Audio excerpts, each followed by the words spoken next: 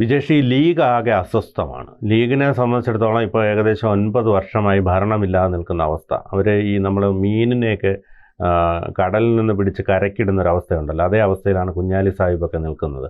ഇനിയൊരു അടുത്ത ഭരണം കൂടി പിണറായി സർക്കാരിന് വന്നു കഴിഞ്ഞാൽ ഇവർ പിടഞ്ഞു മരിക്കും. അപ്പോൾ ആ ഒരു അവസ്ഥയിലൂടെയാണ് ലീഗ് കടന്നു പോകുന്നത്.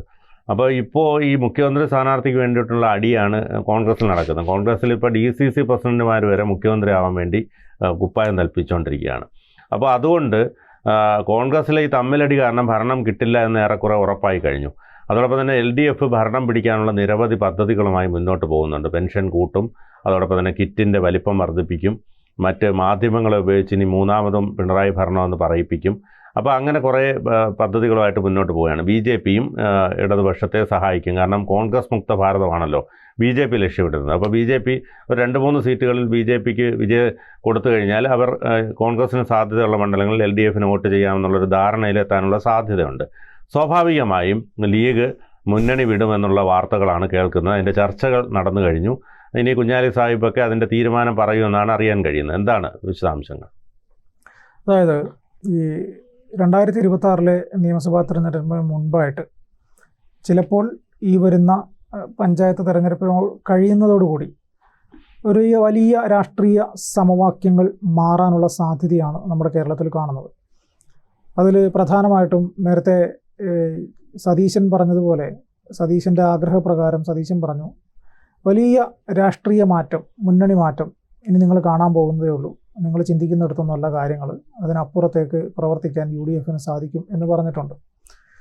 അത് സതീശൻ ഉന്നമിട്ടത് CPIയെ ഇടതുപക്ഷത്ത് നിന്ന് ചാക്കിട്ട് UDFൻ്റെ ഭാഗമായിട്ട് കൊണ്ടുവരാൻ വേണ്ടിയിട്ടാണ് സതീശൻ അത് ഉന്നമിട്ടിരുന്നത്. പക്ഷേ ഈ പറഞ്ഞതുപോലുള്ള സാഹചര്യത്തിൽ അത് എത്രത്തോളം പ്രാബല്യത്തിൽ വരും എന്നുള്ളത് നമുക്കറിയില്ല.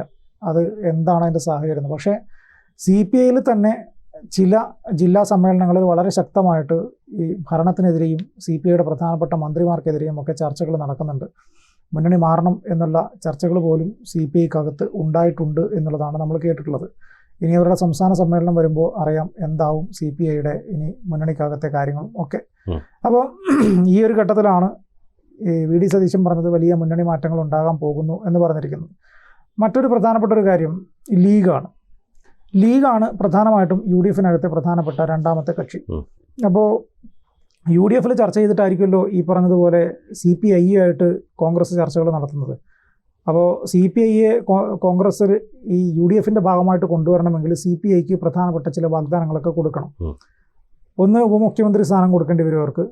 ചിലപ്പോൾ ഭരണത്തിലെത്തുകയാണെങ്കിൽ ഇപ്പോൾ CPM നൽകിയിട്ടുള്ള അല്ലെങ്കിൽ LDF നൽകിയിട്ടുള്ള മന്ത്രിമാരെക്കാൾ കൂടുതൽ മന്ത്രിമാരെ നൽകേണ്ടി വരും. അപ്പോൾ 4 മന്ത്രിമാർ 5 മന്ത്രിമാരെ കണ്ട് കൊടുക്കേണ്ടി വരും. അപ്പോൾ അങ്ങനെ വരുമ്പോൾ സ്വാഭാവികമായിട്ടും 5ാം മന്ത്രിസ്ഥാനം ചോദിക്കാൻ വേണ്ടിയിരുന്ന ലീഗിന് അത് തിരിച്ചടിയാകും എന്ന് കൃത്യമായിട്ട് അറിയാം. ലീഗ് കണക്കുകൂട്ടൽ ശരിയാണെങ്കിൽ ലീഗ് മനസ്സിലാക്കുന്നത് CPI ഇടതുപക്ഷത്ത് നിന്ന് UDFൻ്റെ ഭാഗമായിട്ട് വന്നു കഴിഞ്ഞാൽ രണ്ടാമത്തെ പ്രധാനപ്പെട്ട കക്ഷി CPI ആകും. അപ്പോൾ ലീഗ് 3ാം സ്ഥാനത്തേക്ക് പോകും. അപ്പോൾ അവർ ചോദിക്കാനിരിക്കുന്ന 5ാം മന്ത്രിസ്ഥാനം പോയിട്ട് നിലവിൽ അവർ മത്സരിച്ചുകൊണ്ടിരിക്കുന്ന സീറ്റുകളിൽ 1-2 ചിലപ്പോൾ CPIക്ക് കൊടുക്കേണ്ടി വരും എന്നുള്ളൊരു കാര്യം കൂടി അവർ മനസ്സിലാക്കിയിട്ടുണ്ട്.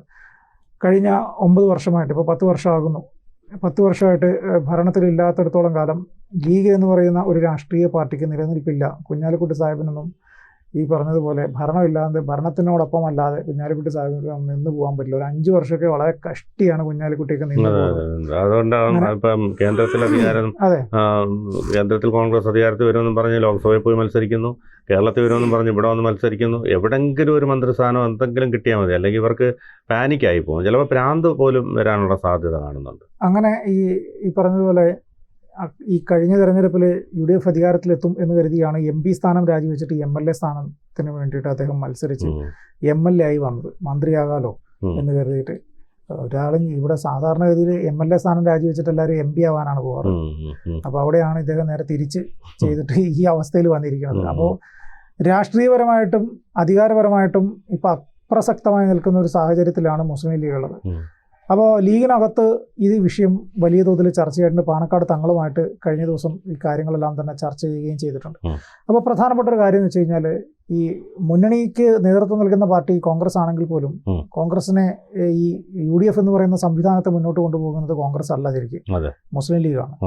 മുസ്ലിം ലീഗ് അതിൻ്റെ പ്രധാനപ്പെട്ട ഒരു കാരണം കൂടെ ഞാൻ പറഞ്ഞുതരാം. ഒരു ഉദാഹരണമായിട്ട് കഴിഞ്ഞ നിയമസഭാ ഉപതെരഞ്ഞെടുപ്പ്, നിലമ്പൂർ ഉപതെരഞ്ഞെടുപ്പിൽ കോൺഗ്രസിന്റെ സ്ഥാനാർത്ഥിയാണ് ആര്യാടൻ ഷൗക്കത്താണ് മത്സരിച്ചതെങ്കിൽ പോലും അവിടെ പണിയെടുത്തത് മുഴുവൻ മുസ്ലിം ലീഗാണ്.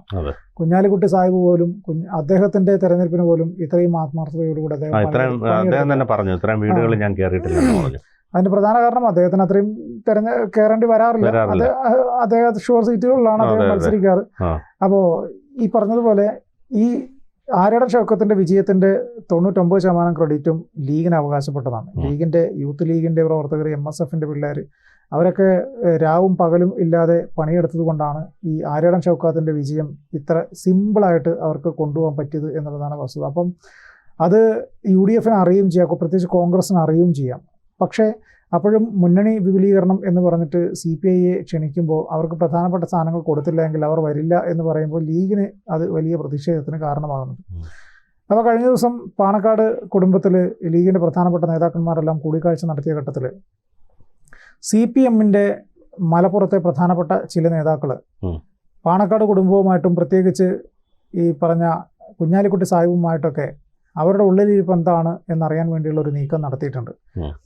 നീക്കം എന്ന് പറഞ്ഞു കഴിഞ്ഞാൽ അവരോട് നിങ്ങൾ ഇടതുപക്ഷത്തേക്ക് വരണം, ഇടതുപക്ഷത്തേക്ക് വന്നാൽ പ്രധാനപ്പെട്ട സ്ഥാനമാനങ്ങൾ നിങ്ങൾക്ക് തരാം, ഒരു പരിഗണന നിങ്ങൾക്ക് എപ്പോഴും ഉണ്ടാകും, അതുകൊണ്ട് ഇടതുപക്ഷത്തേക്ക് വരാൻ നിങ്ങൾ തയ്യാറാകണം എന്ന് അവരുമായിട്ടുള്ള ചർച്ചകളിൽ സംസാരിച്ചിട്ടുണ്ട് എന്നാണ് അറിയുന്നത്.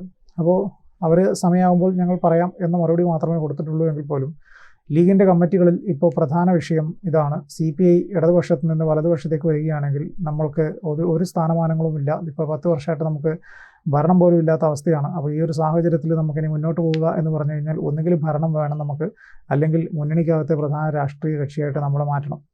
അപ്പോൾ ഇത് രണ്ടും നിലവിലെ സാഹചര്യത്തിൽ സംഭവിക്കാത്തതുകൊണ്ട് നമുക്ക് ഇടതുപക്ഷത്തിൻ്റെ കൂടെ പോവുക എന്നത് മാത്രമേ ഉള്ളൂ നമുക്ക് ഇനി മുന്നിലുള്ള പോംവഴി. അങ്ങനെ പോവുകയാണെങ്കിൽ കാലാകാലങ്ങളായിട്ട് നമുക്ക് ഇനി ഭരണത്തിൽ തുടരാം, ഭരിക്കുന്ന രാഷ്ട്രീയ പാർട്ടി എന്ന് നമുക്ക് പറയാം. അതിനുള്ള സാഹചര്യങ്ങൾ ഇപ്പോൾ ഒരുങ്ങിയിട്ടുണ്ട്. CPM തന്നെ നമ്മളുമായിട്ട് ചർച്ചയ്ക്ക് തയ്യാറായിട്ടുണ്ട്. അപ്പോൾ നമ്മൾ ആ ഒരു തീരുമാനം എടുത്ത് അവരോട് പറഞ്ഞു കഴിഞ്ഞാൽ ബാക്കി കാര്യങ്ങളൊക്കെ നമുക്ക് ചർച്ച ചെയ്ത് തീരുമാനിക്കാൻ പറ്റുന്നതേ ഉള്ളൂ എന്നുള്ളതാണ് ലീഗ് അവരുടെ പ്രധാന യോഗങ്ങളിൽ നടത്തുന്ന ചർച്ച. അപ്പോൾ ഈ ചർച്ചയെ കഴിഞ്ഞ ദിവസം ഈ മുൻപ് ഉണ്ടായതുപോലെ തന്നെ KM ഷാജിയും MK മുനീർ ഉൾപ്പെടെയുള്ള നേതാക്കൾ എതിർത്ത ഘട്ടത്തിൽ KM ഷാജിയോട് ചോദിക്കുകയാണ്, നിങ്ങൾ ഇപ്പോൾ ഏത് മണ്ഡലത്തിൻ്റെ MLA ആണ്, നിങ്ങൾക്ക് അങ്ങനെ ഇപ്പോൾ ഒരു MLA എന്ന് പറയുന്ന ഒരു പദവി പോലുമില്ല, നിങ്ങൾക്ക് എത്ര കാലം MLA അല്ലാതെ നിൽക്കാൻ പറ്റും എന്ന് KM ഷാജിയോട് ലീഗിൻ്റെ നേതാക്കൾ ചോദിച്ചു എന്നാണ് അറിയുന്നത്. അപ്പോൾ ഇടതുപക്ഷത്തിൻ്റെ ഭാഗമായിട്ട് പോവുകയാണെങ്കിൽ നിങ്ങൾക്ക് കാലാകാലങ്ങളായിട്ട് MLA ആയിട്ട് തുടരാം, ചിലപ്പോൾ കുറച്ച് വർഷം കഴിയുമ്പോൾ മന്ത്രിയുമാക്കാം ഞങ്ങൾ എന്നുള്ള രീതിയിൽ ലീഗിൻ്റെ നേതാക്കൾ പറഞ്ഞു. ഈ MK മുനീർ ആദ്യഘട്ടത്തിൽ എതിർപ്പ് പറഞ്ഞെങ്കിലും അവസാനം പാണക്കാട് കുടുംബത്തിൻ്റെ ഇടപെടലോടുകൂടി MK മുനീറും പാതി മനസ്സിൽ നിൽക്കുന്നു എന്നുള്ളതാണ് മനസ്സിലാകുന്നത്. എന്തായാലും ലീഗ് ഇതിൽ അന്തിമ തീരുമാനം എടുത്തിട്ടില്ല. പക്ഷേ അധികം വൈകാതെ തന്നെ ഇവർ അന്തിമ തീരുമാനം എടുത്ത് ഇടതുപക്ഷത്തേക്ക് പോകാനുള്ളൊരു തീരുമാനമായിരിക്കും എന്നാണ് നമുക്ക് അറിയാൻ സാധിക്കുന്നത്. അപ്പോൾ അങ്ങനെ വരികയാണെങ്കിൽ UDF എന്ന് പറയുന്ന സംവിധാനം അപ്രസക്തമാകും എന്ന് പറയാം. അങ്ങനെയാണെങ്കിൽ ഇടതുപക്ഷം കാലകാലങ്ങളോളം ഭരിക്കുന്ന ഒരു ഭരണ രാഷ്ട്രീയ മുന്നണിയായിട്ട് അത് നിലകൊള്ളുകയും ചെയ്യും. പിണറായി അടുത്ത തവണ മുഖ്യമന്ത്രിയാവുകയും ചെയ്യും. കൂടുതൽ വാർത്തകളും വിശേഷങ്ങളും നിങ്ങളിലേക്ക് എത്താൻ ABC മലയാളം സബ്സ്ക്രൈബ് ചെയ്യുക, ബെൽ ബട്ടണും അമർത്തുക.